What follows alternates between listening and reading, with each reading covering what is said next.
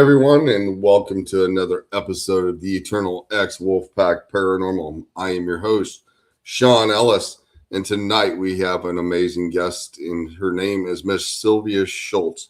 She is an author and a paranormal investigator. She's also linked with the Heart of Illinois Center for Unexplained Phenomenons, and we're going to sit here and talk to her tonight. So let's bring on Miss Sylvia. Hello. How you doing tonight? Fantastic. How about yourself? I'm a little under the weather. I'm battling a sinus infection, so I'm kind of tongue-tied and a little debabbled here tonight. So we'll get through this together. We're going to have to excuse me if I get a little twisted here tonight. It's like, what the heck? But, oh well. So, Miss Sylvia, can you explain a little bit about yourself? Absolutely. So I have been a paranormal investigator for about 16 years now, and I have been writing books of paranormal nonfiction for about that same amount of time. It was when I was writing my first book of true ghost stories, Ghosts of the Illinois River, that I was invited to take part in a paranormal investigation, and I realized, oh my goodness, people actually go out and do this. This is wonderful. I'm in. That's cool. Yeah, I've always loved true ghost stories, and it never occurred to me that somebody has to go out and collect these stories. And I realized, well, it might as well be me. True. Did you, when you were younger or growing up, did you have any strange things happen to you that led you down to this field? No, I never experienced anything myself, but I had a father who was a huge reader and taught me to be a huge reader too.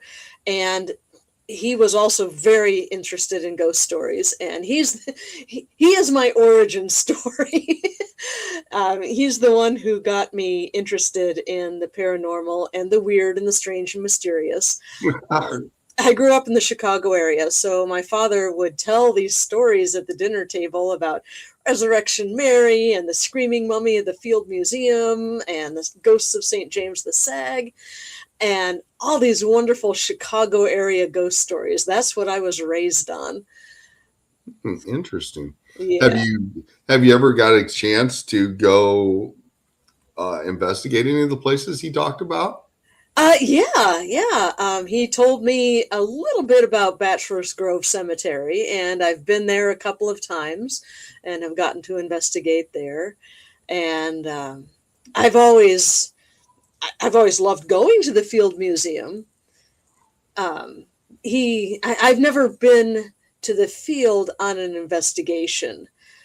And he never really told me about anything involving the Museum of Science and Industry, but that's another one of my favorite places to go.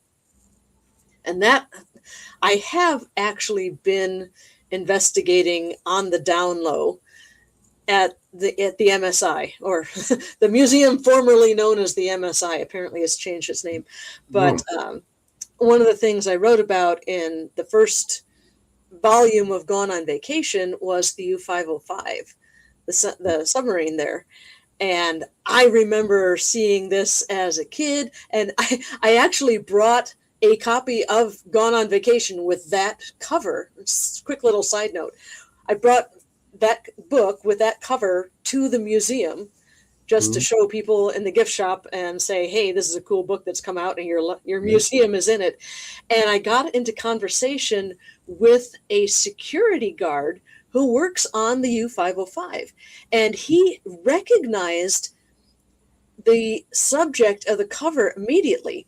So one of the cool things about the Museum of Science and Industry is that it is housed in the last remaining building of the Columbian World's Exposition in 1893, 1892, thereabouts. And there was one building left after the whole thing folded its tents and stole away into the night, and that is the building that now houses the MSI. Oh. So this guy who worked at the museum noticed, and the other cool thing about the Columbian Exposition is that the Ferris wheel was invented for that World's Fair. Mhm. So that is a picture on the cover of the very first Ferris wheel that was ever invented. And he recognized that. He's like, oh my gosh, that's Jackson Park. This is the first Ferris wheel. And that's exactly right. Cool. So we both got a real big kick out of that. So he told me a couple of stories about experiences he had had on the U-505. He's a big World War II buff anyway. So he's just like the perfect person to be a security guard there. He was talking about some woman came up to him and said, does the museum have holograph technology? I mean, it's a perfectly valid question. I mean, this is a science museum, obviously, you know, it's quite possible. And he's like, well, it depends. What did you see? And she said that she was looking at the submarine and she saw someone up on the top of the submarine in the conning tower. That it was a guy. He was wearing a dark uniform and he had yellow insignia on his sleeves. Mm-hmm. And the security guard thought about it for just a moment or two, and he realized that the apparition that this woman saw, because it was not a hologram, it was a full body apparition, the lucky girl, it was the apparition of Captain Dan Gallery, who was the captain responsible for the capture of the U-505. He led the task force with the USS Chatelaine that found the U-505 and depth charged her and brought her to the surface and ended up boarding her and capturing her. Wow, that's kind of interesting. Yeah, super fun. I've actually seen some of the holographic stuff down in Springfield when we were down in some of the museums down there. Yeah. It's unreal. You'd think they're right in front of you behind that glass wall or that mirror they got. And it's got like President Washington or whatever, walking behind those screens. And it looks like he's just walking through a room. And amazing. It's like unreal. And I'm like, because at first you never realized it was actually a hologram until the very end. You just thought it was glassed off stage the way it was, and the people were performing behind it, so they could have their mics and everything. Yeah. But everything just disappeared after it was all said and done. Wow. It was the craziest thing you ever seen, and I thought it was cool. I happened to go with my daughter on a field trip down there when I seen that, and we were like, because we were trying to debate if it was actually a real person standing there or not. And it ended up being a hologram from what they had down there in that museum. And it was pretty awesome. That's amazing. Is that the new Lincoln Museum? Yeah. Cool. I've been meaning to get there, and now I have even more incentive to get there. The British are really good at holograms, too. I went to England and Scotland for 3 weeks ghost hunting a couple of years ago, and their hologram technology is just mind-blowingly cool. Hey, Christy. Yeah. Hello, Chris Mack and Christy Rico. But yeah, I mean, they said, Walt Disney was, the inspiration behind some of those holograms was especially with the robotics that they pulled back in the days, Yeah. So, but yeah, holographic projection. And I've even read stories, during it might have been World War I or World War II, where the Germans were firing upon something above the sky, and they thought they were firing and wasted a lot of their ammo trying to shoot something down, and come to find out there wasn't nothing there. Oh, no. Yeah. Wow. That is cool. About that. It was a pretty interesting story on that, too. There was one of the museums we went to in England was the Museum of Haunted Objects in Nottingham, Robin Hood territory.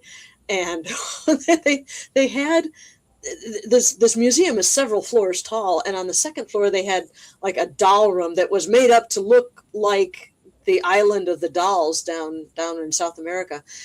but on one wall they had 3 portraits, and it was like the Harry Potter portraits where the portraits interacted with each other. There was an old man, there was a young, beautiful young lady, there was a little girl, and the old man would come and walk behind the young lady and slip a garrote around her neck and strangle her. Wow. The little girl would walk over to the old man's portrait and stab him in the back. It was just the coolest thing. Wow. I have an odd idea of what's cool, but you know. Everybody's got a twisted sense of humor, even I do. We weren't allowed to film or take pictures in the museum. I was lucky enough that I had the girl at the gift shop counter. She was allowed to come with me and give me a tour of the museum, and I was allowed to record it sound wise. Right. And I made a Lights Out, a podcast episode of it. But yeah, we weren't allowed to film in there. I would have loved to have just stood there for 15 minutes through this entire cycle of what the portraits do and just film that so I can watch it again. Yeah, especially some of those, well, I should say this is like when we were growing up, you'd always see these portraits on the wall of a face, the portrait itself of the face. But if you walk by, it looks like the eyes were following you. Yeah. Yeah, they do that with kind of a different tech thing too. And that's interesting to do. I've always wanted to put one together because I can actually draw. So I'd actually wanted to draw one, make it for myself and stick it on the wall just so when people walk by, it actually looks like it's following you. There's a method to the mad for that picture, but yeah, there is I've never really studied art, but I know there is a technique.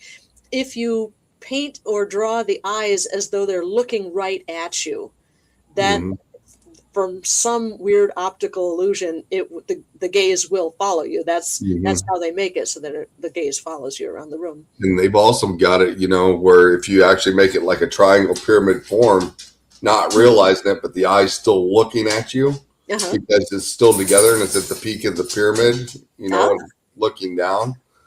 So then when you go one way, it looks like the whole eyes followed you. If you go the other way, it looks like the whole eyes followed you too. But if you go back to the front, it's still straight on. Oh, wow. But it's like, because the way it's made at an angle and you don't realize you drew it at that angle. So it gives it a little bit of bizarre things for it. That's definitely sure. So you're a big history buff, right? I am. Oh, yes. Is that what inspired you, beside your father, to write your books? Yeah, I've always loved history. And when I started doing the paranormal investigation, I realized how important it is to know that history, because that's the reason we have the stories, is these historical events that happened. And they could be, somebody really super important like Abraham Lincoln, or they could be just some person who is living their life and their experience was perfectly valid too. Their experience ended up being a ghost story. So I've always really been fascinated by that human connection, and the human connection in history for me translated into the human connection trying to communicate with somebody on the other side of the veil. It's all just interconnected. And I think it's fascinating. Very interesting. That's definitely interesting. Now, I know you're linked with the Heart of Illinois Center for Unexplained Phenomena, which is yes. David and Doc and the rest of the guys. You guys have been on the show before. So being out on an investigation and knowing some of this knowledge, of the history of this place, because I know you like to look it up. Do you think it influences your idea or your thoughts when you actually go on an investigation to locations? I think it does, and I can absolutely appreciate the fact that some people, especially people with sensitivities to that, I appreciate the fact that some people like to go in cold and not know anything about the history or the background of a place. I personally prefer to know the history because I feel that you are better able to tailor your questions to an entity during an EVP session if you know something about their background. If you're talking to a farmer, you're not going to be talking about the science experiments they're doing. If you're talking to somebody who is really interested in classic cars, you're not going to be talking about cooking. They're Right. not going to be interested in answering your questions. But if you get onto a topic that you know that they were probably interested in life, you're much more apt to get a conversation going. So yes, I believe that it does influence me a little bit, but I see that as a plus, not a minus. We have a question here from Christy. Maybe you know, I don't know anything about this. It says, did Yes. the government really exhume Abraham Lincoln's grave? Yes, they did a couple of times just to make sure that he was there. Very shortly after, I think this was in, I want to say the 1870s, there was an attempt to steal Lincoln's body.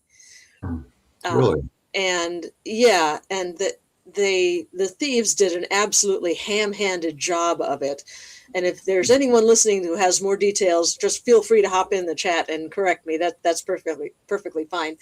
But yeah, it was like 3 or 4 guys that wanted to steal Lincoln's body and take it to the South and have the government ransom it back. Apparently, yes, he was. I'll talk about that in a second. So these guys decided to break into the tomb and steal the body, and they hired another guy to help them as a lookout.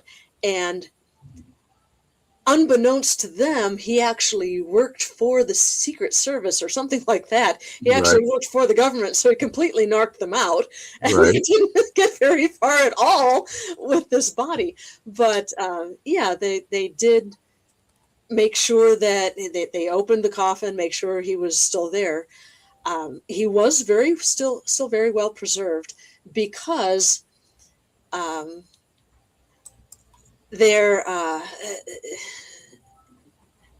embalming was still kind of in its infancy during the Civil War, but the technology grew by leaps and bounds because, especially if an officer fell on the field, that they wanted to be able to bring that body back and have it buried in a family plot if they fell in battle far from home.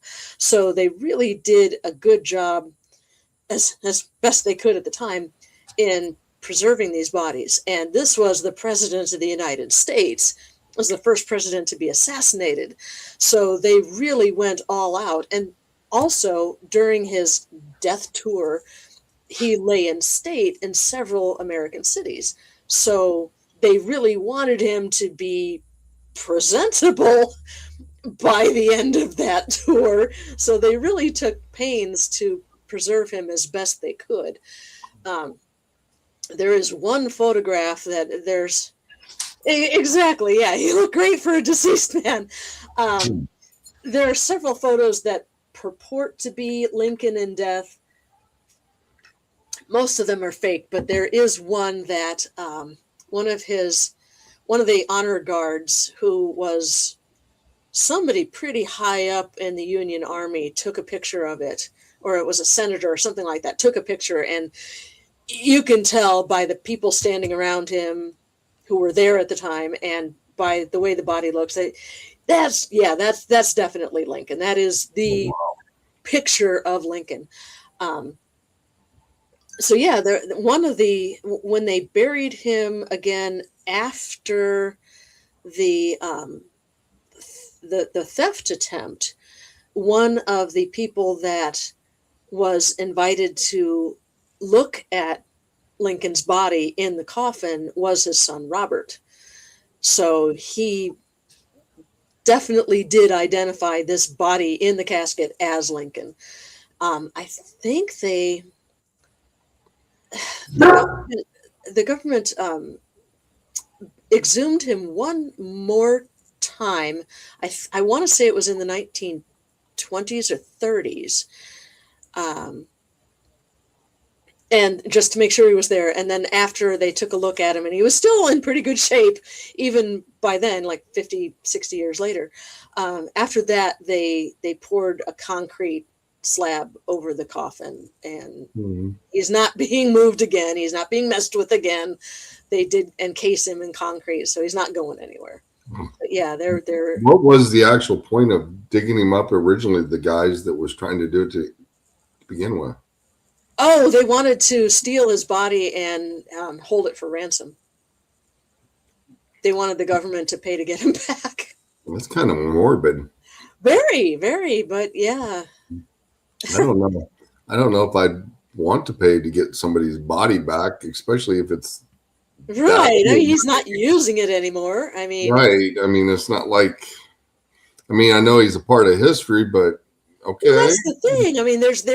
I mean, that's about the best souvenir you can have. There was somebody dug up John Hancock and cut off his right hand so they could have the hand that signed the Declaration of Independence. I mean, that's a heck of a souvenir. Wow.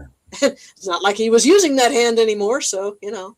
Well, I mean, I've heard people. Head too. The composer. I mean, I've heard people digging up graves to steal their jewelry and the gold caps out of their teeth. And yeah. I've heard that before, but to literally cut off somebody's hand just because they wrote the wow. Yep.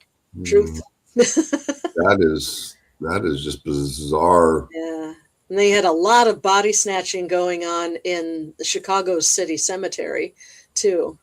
Before, well, when it was still a going concern as a city cemetery, before they dug everybody up and moved them to, well, not everybody, that's why it's so haunted.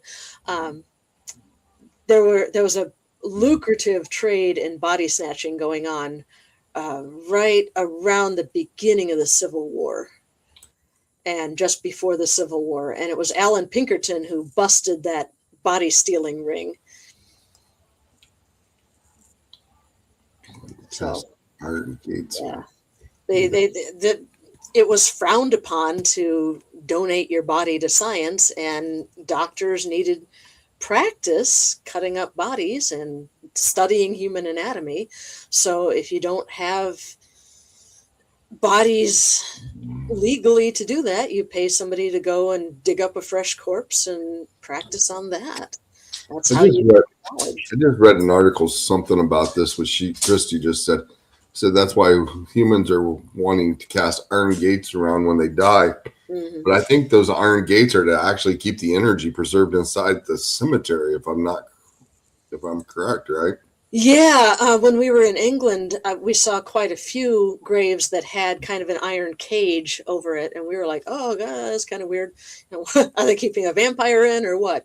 But yeah, it was partly to guard against grave robbing, and partly to guard against, partly to keep that energy in. It was a wonderful thing that we saw in Stevenage, a town called Stevenage outside London. And I'm not going to remember this fellow's name, but this guy died in the 1700s or so. And he had an absolute horror. I guess it must have been the early 1800s, because that's when the trade in body parts was really getting going. And he had an absolute horror of being dug up for parts. So he made his friends promise that they weren't going to bury him. So when he passed away, his friends were like, okay, this guy does not want to be buried, so we won't bury him. So they kept him in the rafters of a garage that was on the premises.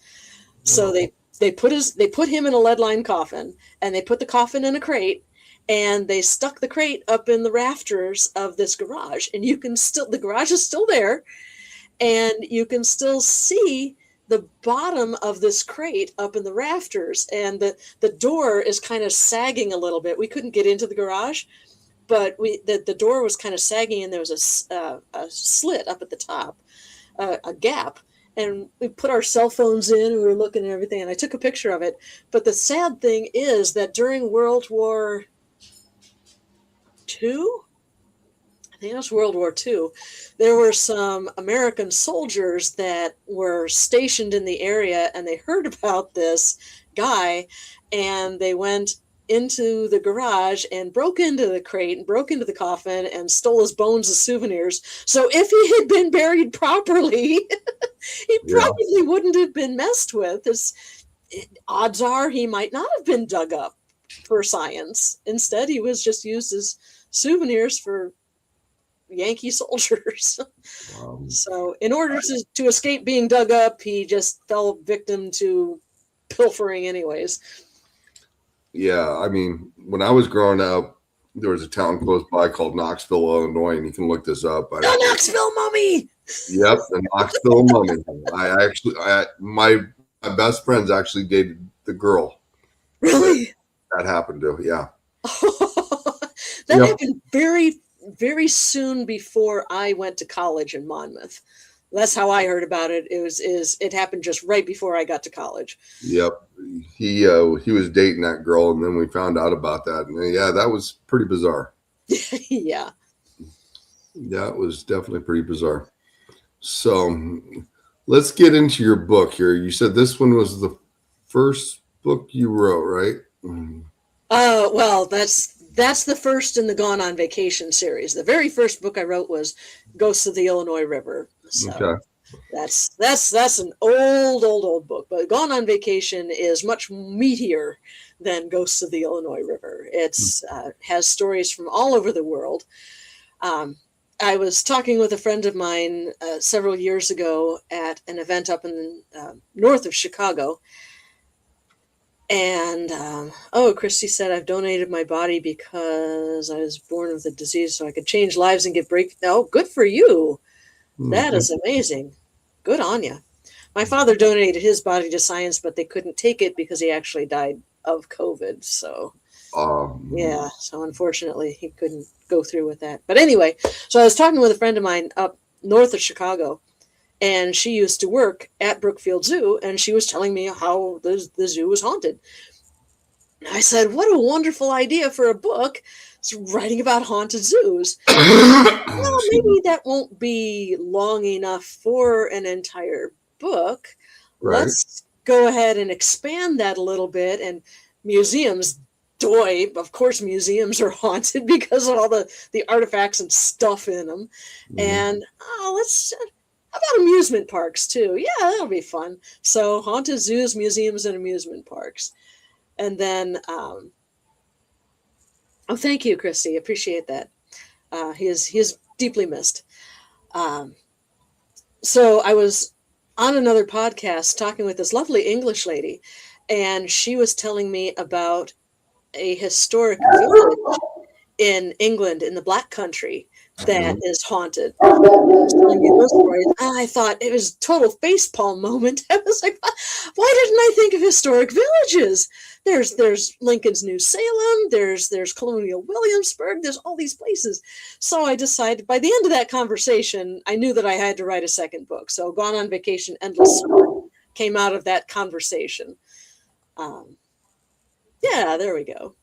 So even more places that you would go on vacation and find spooky things and just find a little bit of paranormal activity with Can you tell me a little bit about what you discovered at the Chicago Museum or the zoo, Chicago Zoo? Sure, yeah. So we can absolutely talk about the Chicago City Cemetery. It started off in the 1830s when Chicago started growing and people started moving to Chicago and living there and dying there. So they needed some place to bury all these folks. So City Cemetery came into being. And this was really a microcosm of Chicago society. There were paupers buried there. There were people that could only afford just a wooden tombstone or a wooden marker for their graves.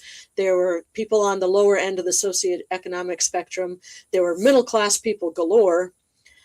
And then there were the highest echelon. And granite stones, and they had mausoleums galore. And it was really just this cross section of Chicago society. But after a while, when City Cemetery got more and more and more burials in it, the city fathers looked at it and said, it might not have been the best idea for us to put this burial ground right next to Lake Michigan, the city's water supply. Like, okay, well, let's put together a few more cemeteries and we'll move the bodies. During the Civil War, Camp Douglas was up in the Chicago area, and about 3,000. Sorry about that. That's all right, because Guardian's back there raising I know who it is, and I'm not going to answer it. They put together Rose Hill Cemetery and Graceland Cemetery in Chicago, kind of further inland, and started moving bodies. And during the Civil War, there were about 3,000 Confederate prisoners of war at Camp Douglas that passed away and were buried in City Cemetery.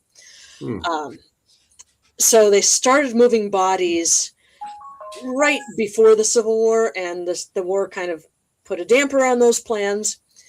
But after the war, they continued moving bodies, and they had gotten the project rolling. But then October 8th, 1871 happened, the Chicago fire.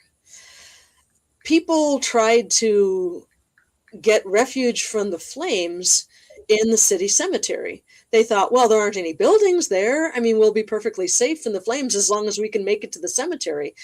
But what they didn't count on was the fact that the flames were so intense that the conflagration followed people into the cemetery.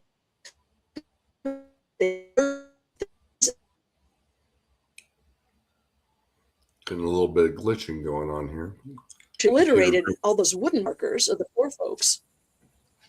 They the moisture in the granite and marble headstones boiled because of the flames. Oh, wow. So all these beautiful rich people monuments exploded from the pressure.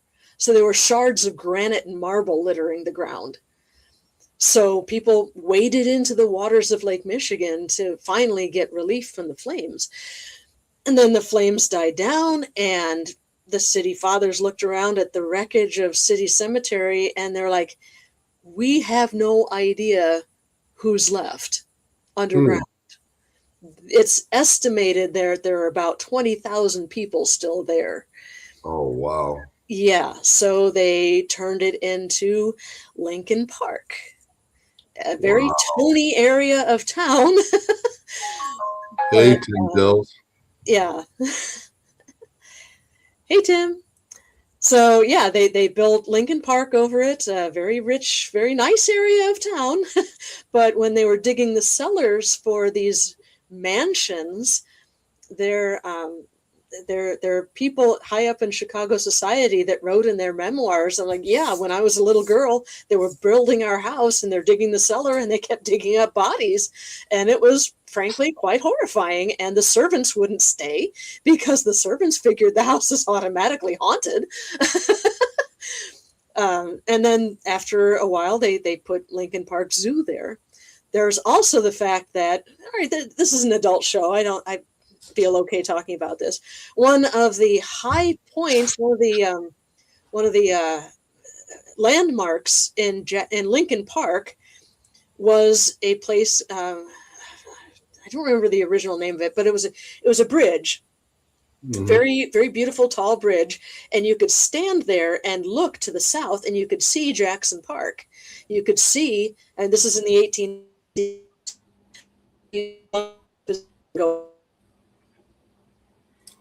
Yeah, we got computer gremlins a little bit glitching here a little bit. Tourists to come to the World's Fair, you could see that. You could see Jackson Park from Lincoln Park. But the thing about this bridge was it very quickly got the nickname Suicide Bridge because there were plenty of people that walked to the top of the bridge and then took the quick way down. Oh, wow. And this being the Victorian era, where they had a much easier relationship with death than we do today, people would bring picnic lunches out and just wait for somebody to take a swan dive off the top of the Oh, bridge. And yeah, it was just all in a Sunday afternoon. So yeah, that's man. also contributes to Lincoln Park being extremely haunted. So yeah, if you go to the zoo, you are very likely to get photobombed by apparitions of people in Victorian dress. Oh, now I'm gonna have to go down to the zoo. Last time I was down there at the Chicago Zoo is when my kids were probably 10 and 7. Uh-huh. Now I'm definitely gonna have to go check that out. Yeah. I mean, has the zoo ever had any claims of apparitions tormenting the animals or causing problems with the animals there? Not as such, but I I talked to a fellow that shared a very, very strange story with me. He lives up in the he lives up in the Twin Cities in Minneapolis, St. Paul, and he is a paranormal enthusiast, an investigator, and he brought his daughter down for a birthday celebration. They went to Chicago. And they're like, hey, Lincoln Park Zoo, it's free to get in. This is great. And they had a cabbie who was driving them around. And he's like, your dog.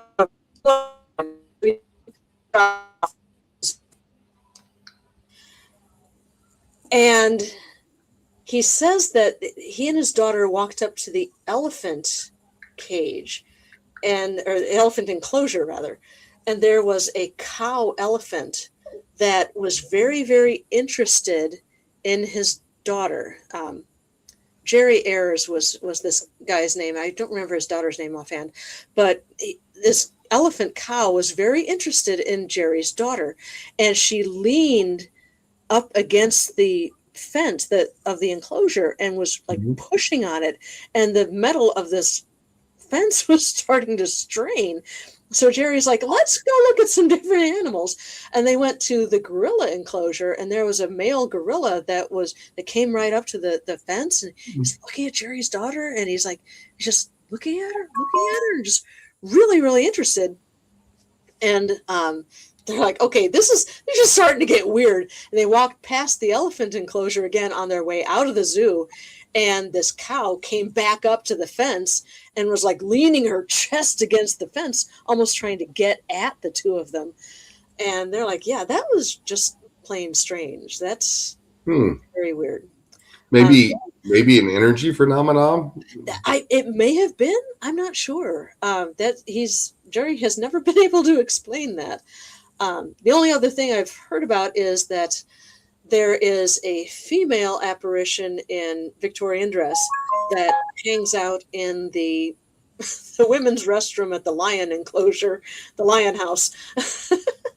So if you go to Lincoln Park Zoo, check out the lion house. Definitely so. That's definitely interesting. And I wonder if it happens at a certain time or certain time of the day or night or. Not sure.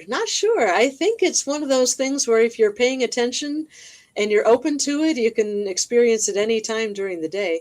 It was in the early.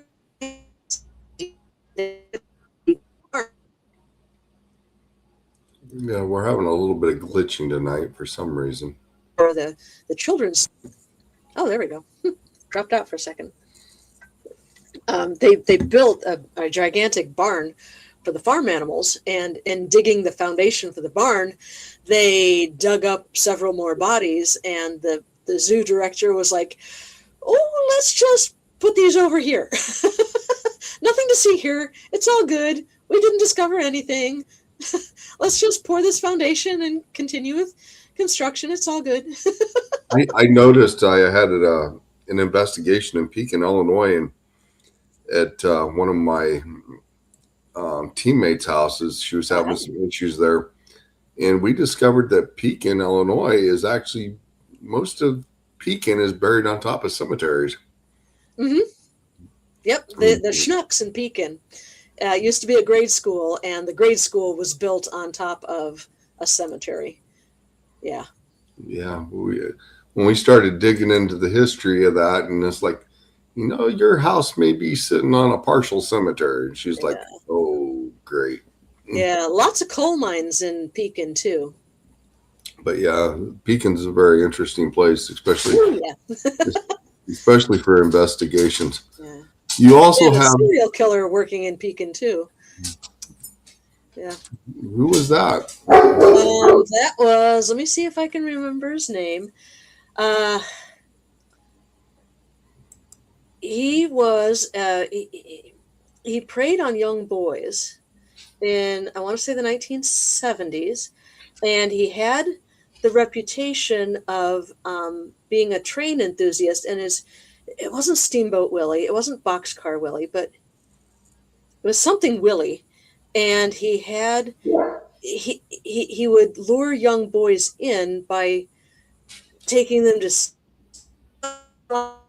the reputation of doing an impression of a steam train whistle. So that's why they called him something Willie. It was Railroad Willie, something like that. But he preyed on young boys.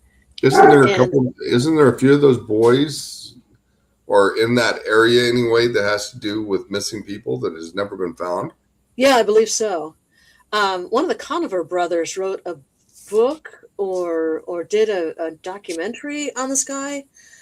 And I myself was going to write, when I was still working in fiction, I was going to write a horror novel based on that situation. I started taking notes for it, but it never went any farther than that. But it was, yeah, this guy preyed on young boys and a serial killer right here in Pekin. So, wow. Yeah. Pekin is a very interesting place. They do the theater group every Halloween, or every October rather, does a kind of the Voices of the Past sort of thing from Pekin's history, because we have the wreck of the Columbia as well in the Illinois River just north of Pekin, right about where Creve Coeur is now. So yeah, lots of history in Pekin, lots of dark history in Pekin. Yeah, I love living there. History buff. I love living there. Also, you have this book here as well. Yeah. Grave Deeds and Dead Plots. That is the beginning of a series of true crime stories that have resulted in hauntings. So, Christy said it's there we a go. boy He did strangle him. Yeah. And he strangled them. Yes. Yeah. Oh boy, for Christy, for somebody who lives on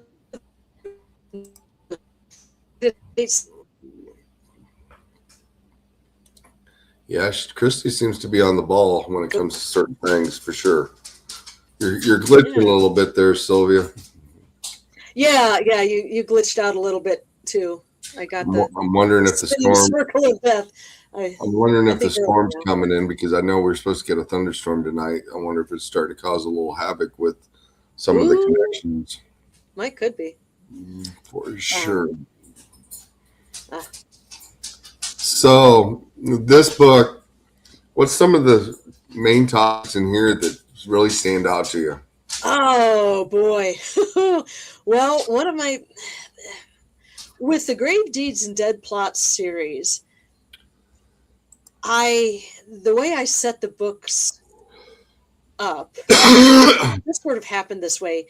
I've released 2 books in the series now, and each book has one great big long story and then a bunch of littler stories. So people, if they want just a couple of stories to read passing the time in the dentist's office, there you go. Just open it up and there's a couple pages and you're done.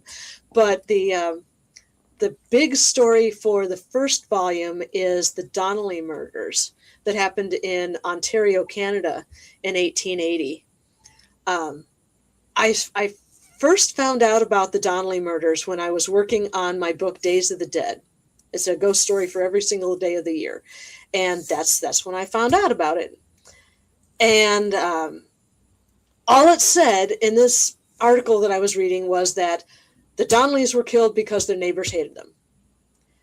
And I said, at the time, I lived next to somebody who I know loathed me. And I said, well, my neighbors hate me. I know there's more to the story than that. Yeah. So I started to do some research on it. And then it was this big rabbit hole, and it's really, really famous in Canadian history. And it is deeply, deeply fascinating. This whole story about the Donnelly family.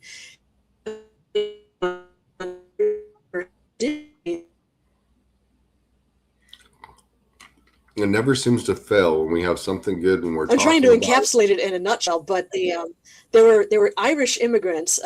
James and Johanna Donnelly emigrated from Ireland and raised a big family on the frontier, on the Canadian frontier, what was then the frontier. And they squatted on 100 acres, and James farmed it, and Johanna helped him farm it, and they put effort into this into upgrading this 100 acres that they found themselves squatting on. And then they got sued by the actual owner of the land, and the judge decided that, well, they could have the southern 50 acres, but they had to give the northern 50 acres back. And James was not happy about that, because he was like, I've been working the entire plot for all this time, and I would like the entire 100 acres. There was this lawsuit, and he ended up, there was a barn raising, and the guy that lost the lawsuit attacked James with like a railroad spike, a hand spike.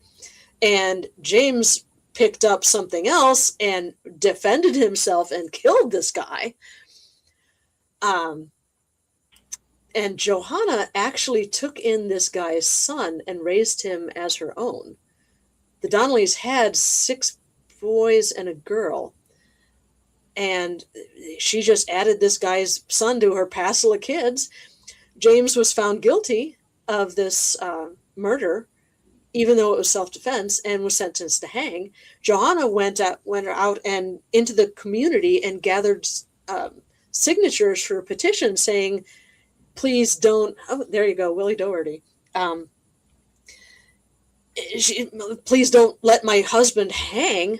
I've got little kids at home. So his sentence was eventually commuted to 15 years in prison, something like that. And when he got out, his boys were running wild. They had grown up with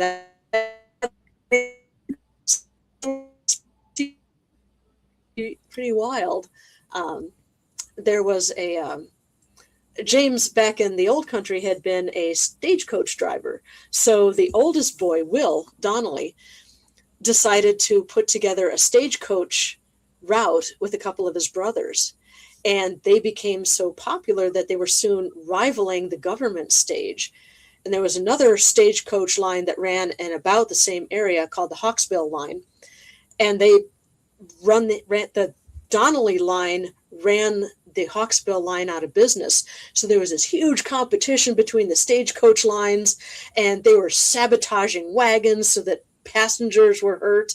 They were killing horses for the stagecoaches. Just this huge, huge feud going on, a stagecoach feud. And just also, everybody had it out for the Donnellys. There was a newspaper of the day that said, if a housewife baked a pie and put it out on her windowsill to cool and a dog stole it, it would be blamed on the Donnellys. Oh, wow. Not even making this up. It's just this story.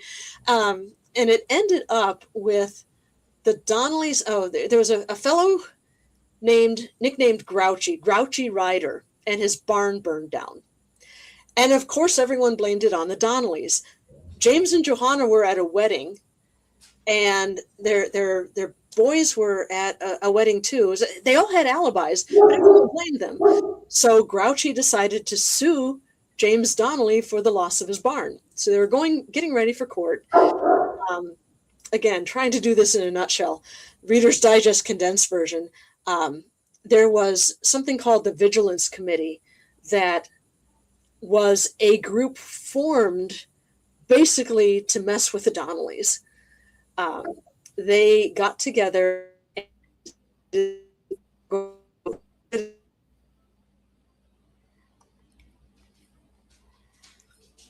this once and for all.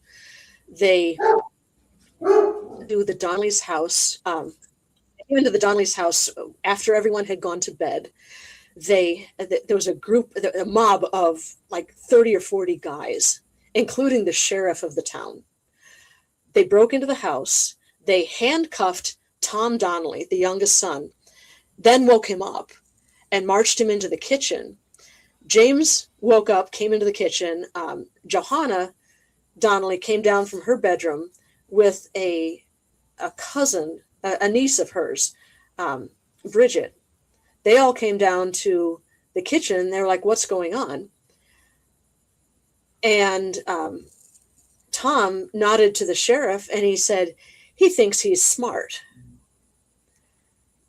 And James says, what have you got against us now? And the sheriff decided not to read the warrant. He was like, well, he didn't have a warrant. He was just acting on his own initiative here, along with this mob. And he basically said, kill them all. Wow. So James and Johanna were beat to death with shovels. They beat the family dog to death. Tom fought like a young bull to defend his family. He was still handcuffed. He made it all the way outside the front door, and he was met with a pitchfork to the chest, and the guy shoved him back into the kitchen. Wow. And got him down on the floor and just savaged him. Bridget ran up the stairs. There was a neighbor boy that was staying with them, Johnny O'Connell. He followed Bridget up the stairs. Bridget was running to this, what she thought was the safety of her bedroom. She didn't know he was there or just ignored him. Probably didn't know he was there. She slammed the door in his face. So he ran back down, hid under the bed in the front bedroom. That's how we know John only heard that.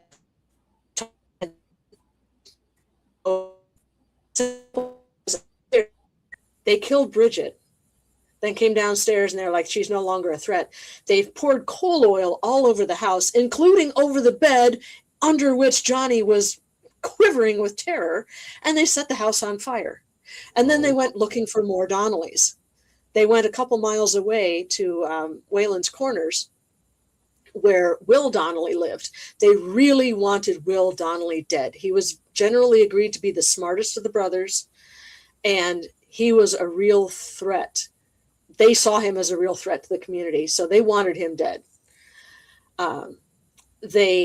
He had gone to bed just a couple hours before. His wife, Nora, was pregnant, and she had gone to bed before Will.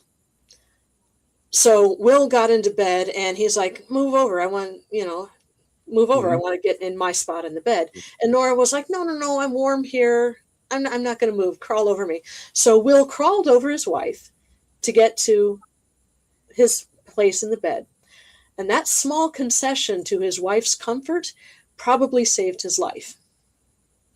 One of his other brothers was also in the house, staying the night.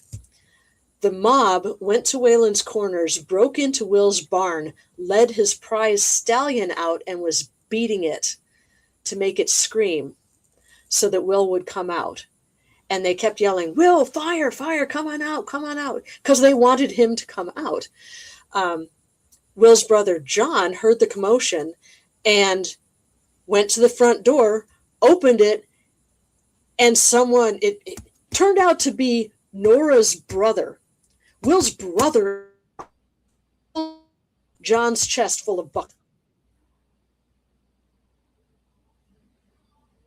Hole in the front, tore his lungs up, tore his groin apart, severed the femoral artery.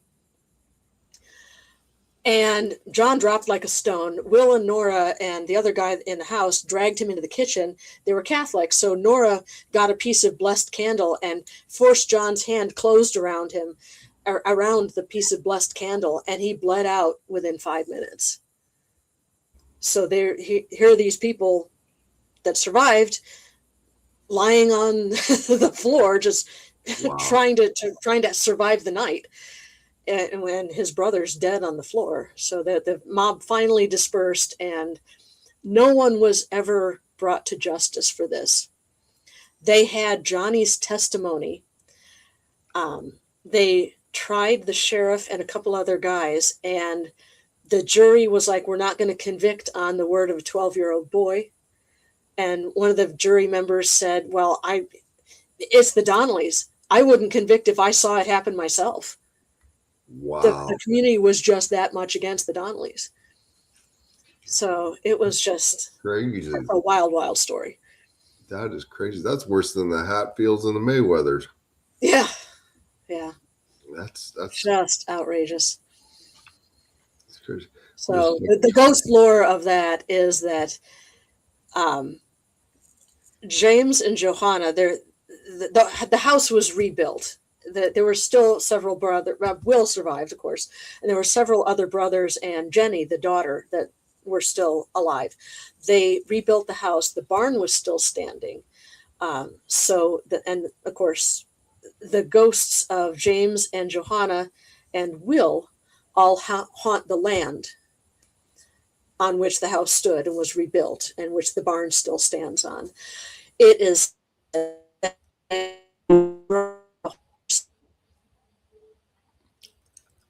evidently they don't want us to know what she's saying. The horse will stop and balk and refuse to go any further. And if you insist, if you make the horse go past the house, it will in a couple of days. So that's the ghost lore of the Donnelly family. And they've heard people screaming in the barn, and all sorts of stuff. I actually know somebody with the last name Donnelly. Now I'm going to have to ask them tomorrow if they're any relation to them. Yeah, any relation to the Canadian Donnelly. Yeah. Definitely so. Yeah. Okay, what's one place on your bucket list? They didn't even do anything. They were just trying to live their lives. It's nutty how much the Donnellys were hated, and for no reason at all. Yeah, just like blows my mind. It's just like he said right here. Who knew one family could cause so much hatred in a community? Yeah. Through no fault of their own. Will, when the guy that put together the peace committee, the vigilance committee, was actually the pastor of one of the churches. And when he moved in, Will Donnelly actually sent him a letter. And Will was like, you're going to hear stories about my family. Meet us. Give us a chance. Let us introduce ourselves to you. And this pastor just refused to meet with them, just went on what he was hearing from the community. And he formed this vigilance committee, which ended up with 5 people dead and a house in flames. Wow. Just unreal. So that's why that is the centerpiece of the first Grave Deeds and Dead Plots book, because it's such a fascinating story. I'm definitely going to check that one out for sure. Yeah. Because that definitely sounds interesting, especially the whole story about that. Yeah. And I'm sure you probably dug into great detail of some of the other things that's involved with that as well. Yeah. It's there have been books written about it, not just my article, but not just my one story, but books written about it. And and even in this telling, I'm leaving a lot of stuff out. Well, Sylvia, we are at the top of the hour, and time has flown very quickly. Oh, it has. Yeah. It feels like we've been talking for like 10 minutes. Oh yeah, I know we had a few little glitches in there once in a while when you were trying to say something. I don't think the spirits wanted us to hear it. Gwen popped in for a second, and she was trying to tweak a few things, and like right now you just froze up for a minute there. Yeah, your hologram glitched out. But I definitely think there's a storm brewing in there because it's getting really dark over here in my area. So I think the storm's rolling in. So one question I do got to ask you before you go. Yeah. What is one place on your bucket list that you want to go to? Ooh, oh gosh, there are so many. Oh, well, I would really love to spend more time at 30 East Drive. Um, I would love to go back to Warwick Castle in England and do a proper investigation. I've been to Warwick Castle twice, but both times I was there, it was before I was a paranormal investigator. So if I had to choose one place for my bucket list, ah. All right. So okay, I'll add a couple places. There's Warwick Castle in England outside of London. Mm-hmm. Love that place. And it is haunted to the rafters. There's also a place that I learned about while I was doing research for Gone on Vacation Endless Summer. And that is a place in London called the Ragged School Museum. There was a fellow who, in the Victorian era, he was a Scotsman. No, I'm sorry.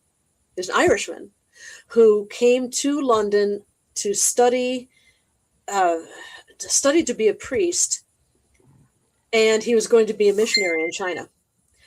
And this was in the late Victorian era, and he was on the East End of London, and Scotland. Oh yeah, pretty much anywhere in Scotland. So he was in the East End of London and saw these children begging, and he saw the cholera.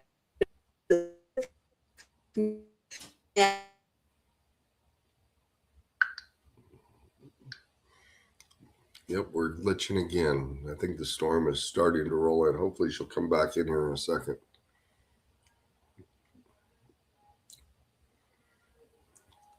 I'm waiting to come back. There we go.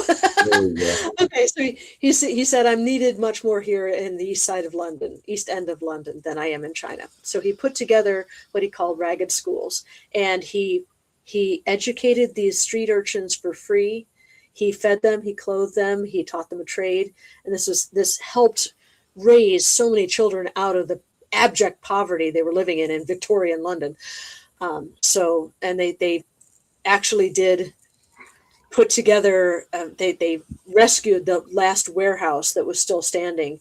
It was in danger of being demolished, and they put together, the historical society put together the Ragged School Museum. So that would be a wonderful place to visit. Sounds interesting. Definitely so. And now, one of the last questions. What is one thing you would change in the paranormal field? Oh, don't be so precious about your evidence. If you have something cool, let everybody see it. And it would be really nice. We talk about paranormal unity, and instead there's so much backbiting about whose techniques are the best and who goes to the coolest places and who gets the coolest evidence, and oh, I don't want to play with your team because of something you said 5 years ago, and Right. just play nice. None of us are experts, and we're all in it to learn, and just let everyone learn. I definitely agree with that. I think we should share more things and get along better with each other. And like I said, I've met a lot of great people doing this podcast and being out in the field. And, Yeah. I got to meet you guys here just a few weeks ago. I missed you. I was at a book signing on Saturday, and you were there on Saturday. I was there on Sunday, but we seen David and Doc, and yeah. I got to meet those guys and sat there with them for about 4 hours and chit-chatted with them. Cool. But this weekend, you have something coming up. What is it? Yes, I have an author fair at the Brimfield Library in Brimfield, Illinois. I'll be there from 10 to 2. And then coming up, I have on April 25th, there's a wonderful event in Roscoe, Illinois, up by Rockford, and it's called the Dead Guy Festival. Mm-hmm. And I am going to be doing I put together a brand new presentation for this particular event. I did the Donnelly talk last year at the Dead Guy Festival, but I've put together a new talk, and it's stories from grave deeds and dead plots. So it's I think it's like 8 or 9 stories that I'll tell in the space of an hour or so. That's awesome. Well, I'm going to say this. Thank you, Sylvia, for coming on the show tonight. It's been great My talking pleasure. to you. And who knows, when she goes to Brimfield next week for her book signing, you might see me pop up too. Very good. Because I'm definitely going to check out one of those books, and I definitely want you to sign it. Will do. So, any other things you'd like to say before we go off the air tonight, Sylvia? Oh, well, if people are interested in what I do, you can visit sylviashults.com. That's SHULTS. On my page, there are links to my books. There are links to the YouTube version of my podcast, Lights Out. And I just have a really good time. That's awesome. Like I said, thank you again for stopping in and talking with us tonight, and looking forward to see you next weekend. Sounds good. All right, I'm going to drop you backstage, Sylvia. Okay. Yeah, that was Sylvia Shults. She is an author and a paranormal investigator with the Heart of Illinois Center of Unexplained Phenomena. Great group of people. Definitely go check out their stuff. Definitely go check out Sylvia's books as well. And next week, we have NSPS TV podcast host Terry, and his co-host will be here next weekend. So we're looking forward to having them. Everybody have a great week, rest of your weekend. I'm out of here. Bye.